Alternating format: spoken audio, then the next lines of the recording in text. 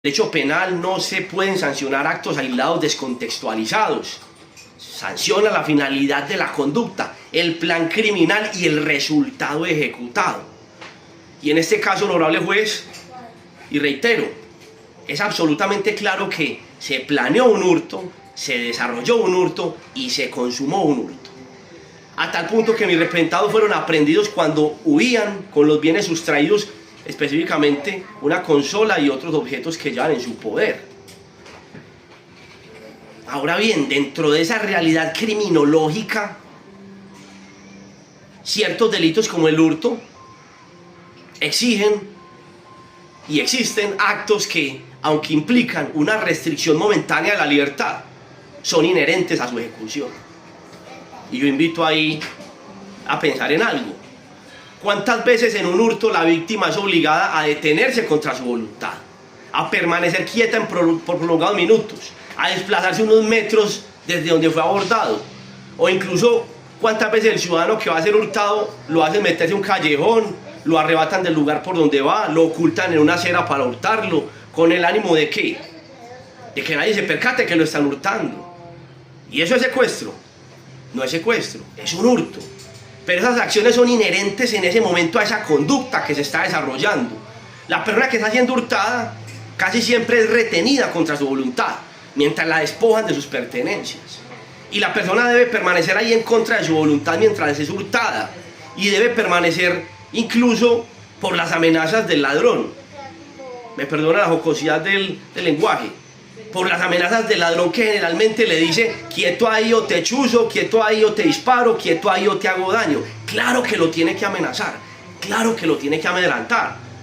Y perdóneme si en mis ejemplos, como le digo, soy liberado en el lenguaje, pero un ladrón no va a hacer un acto de hurto a la luz de quien pueda interferirlo, ni diciéndole a su víctima: disculpe, me lo voy a robar, pero no se asuste que no le voy a hacer nada.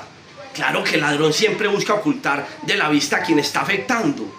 Y claro que siempre le lanza amenazas, improperios, insultos, porque esos son actos inherentes a esa conducta de hurto que está desarrollando y que es muy cuestionable, pero que no se confunde con el delito de secuestro.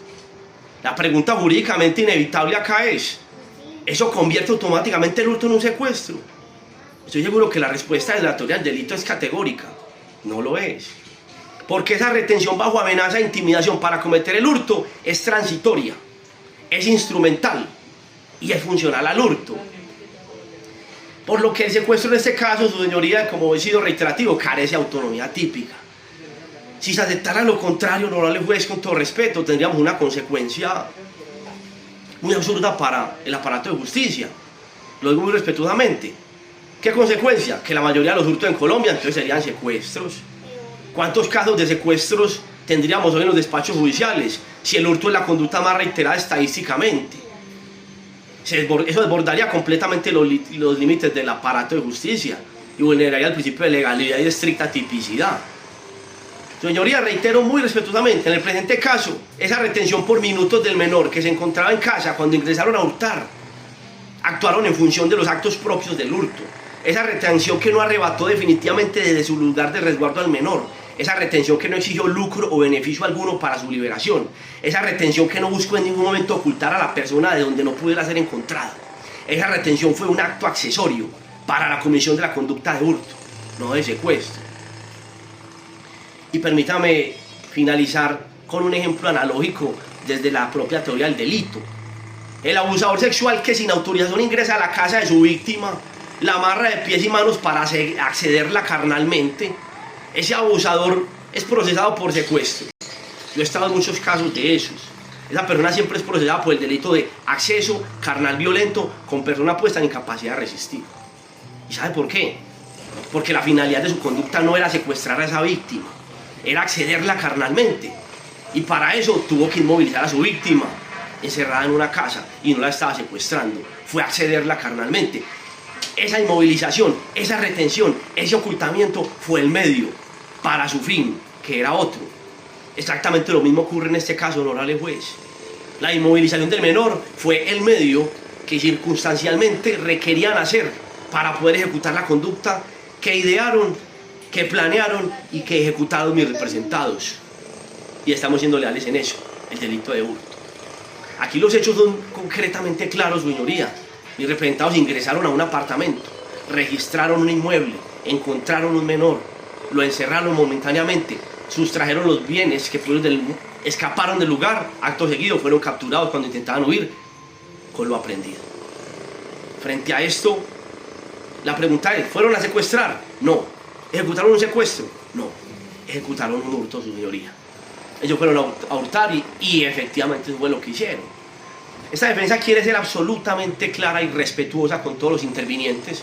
No estamos y no estoy afirmando la inocencia absoluta de mis representados. Mis representados sí son responsables. Mis representados cometieron un delito. Mis representados tienen que responder ante la justicia, pero por el delito que realmente ejecutaron, el delito de hurto. Porque el derecho penal, su señoría, no puede constituirse ni construirse sobre excesos punitivos, ni sobre expansiones indebidas del tipo penal, ni bajo la emocionalidad que cause cada caso en concreto. Aquí hay un niño víctima, y eso toca las fibras. Yo soy padre y me muero por mis hijos, pero aquí no hay un secuestro, su señoría. Yo soy un hombre que respeta la autoridad y la ley, y desde el comienzo le dije a mis representados las cosas como son, que no iba a defender lo indefendible, y ellos acá están y no me dejan mentir. Les dije, ustedes deben asumir la responsabilidad que les toca. Tienen que pagar prisión por el delito que cometieron, un hurto. Lo que no veo acá es un secuestro. Y repito, acá están y no me dejan mentir. Claramente se los dije, yo los represento, si aceptan la responsabilidad que tienen que aceptar y pagar por ella. Y se comprometieron conmigo que así sería. Es que es muy difícil, honorable juez, aceptar una imputación que no corresponde a la realidad jurídica y fáctica de los hechos. Y ese es el deber, con la correcta administración de justicia, con el respeto por el debido proceso, la Constitución y la ley. Por lo anteriormente expuesto, honorable juez, y también llama al señor fiscal, se valore lo que es el deber ser en cuanto a la correcta imputación o acusación que corresponde al proceso en cuestión respecto de la realidad fáctica y jurídica de este caso. En consecuencia de ello, su señoría, yo le ruego nuevamente y muy respetuosamente se decrete la preclusión de la investigación respecto del delito de secuestro simple conforme al artículo 332, numeral tercero de la ley 906 de 2004, inexistencia del hecho.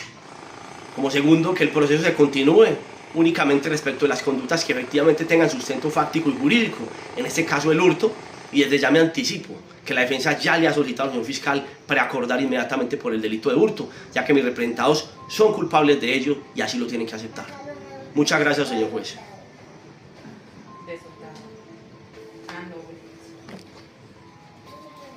fiscal, tiene la palabra para la petición que presenta la defensa. Juez.